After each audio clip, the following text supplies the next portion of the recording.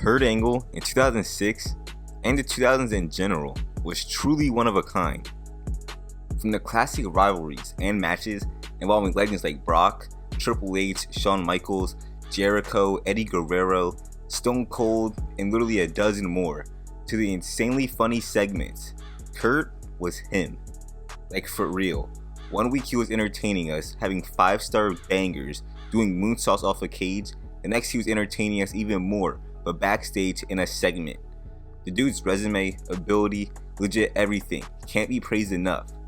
Which is why in 2006, after Batista freshly vacated the WWE World Heavyweight title, Kurt Angle, who wasn't even on SmackDown at the time, was chosen to win the title, resulting in one of the most shocking and best moments in his career. Before winning the world title, Kurt wasn't really in the best position. I mean, he did just have 2 bangers on pay-per-view with Shawn Michaels, but literally right after that, he was inserted into a feud with John Cena. And this was Cena in 2006, which meant Kurt was gonna get his ass whooped for a few months and gain absolutely nothing. Which he did.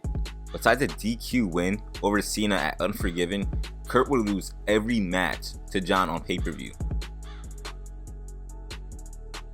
But thankfully, for Kurt at least, Batista was injured and gone, which left the door wide open for Kurt to come swooping by. After winning the title in a battle royal on SmackDown, Kurt's first challenger would be none other than the very man he eliminated to win, Mark Henry. Mr. Best Theme of All Time, Mr. Hall of Pain, Mr. That's What I Do. The two would clash a month later at the Royal Rumble. It was a pretty garbage match, not even on cap, but the ending and the reveal of Kurt's next opponent totally made up for it.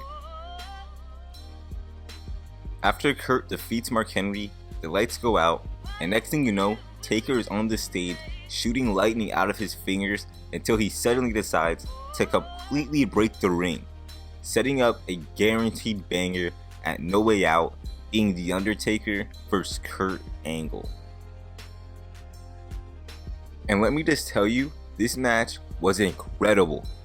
All I really have to say is that it's Undertaker before his decline against Kurt Angle in 2006. Although somewhat slow, the match delivered in every possible way. And Kurt truly showed how great he was by beating an all-timer like Taker clean on pay-per-view. Something very few wrestlers can say they have done. Meanwhile, Kurt was having bangers and defending his world title, Rey Mysterio, on the other hand, was grinding and trying to avenge his dear friend Eddie Guerrero, who had just passed. From entering and winning the Royal Rumble starting from number 1 to having to re-earn that number 1 contender spot, Rey went through it all, and unfortunately for our guy Kurt, Rey would take it a step further. As at WrestleMania 22, in a phenomenal all-time triple threat match, Rey would win his first ever world title. After Kurt's L at Mania, he would, to the shock of all, get drafted to the newly rebooted ECW. Yeah, once upon a time, Kurt Angle was on ECW, and it was pretty heat. The aggression he started showing in his matches was pretty cool to see. Unfortunately though, this run in ECW would literally only last 2 months, as in late August, Kurt was released so he could take time to rest his neck and get over his drug addiction. But is that what he did? Absolutely not.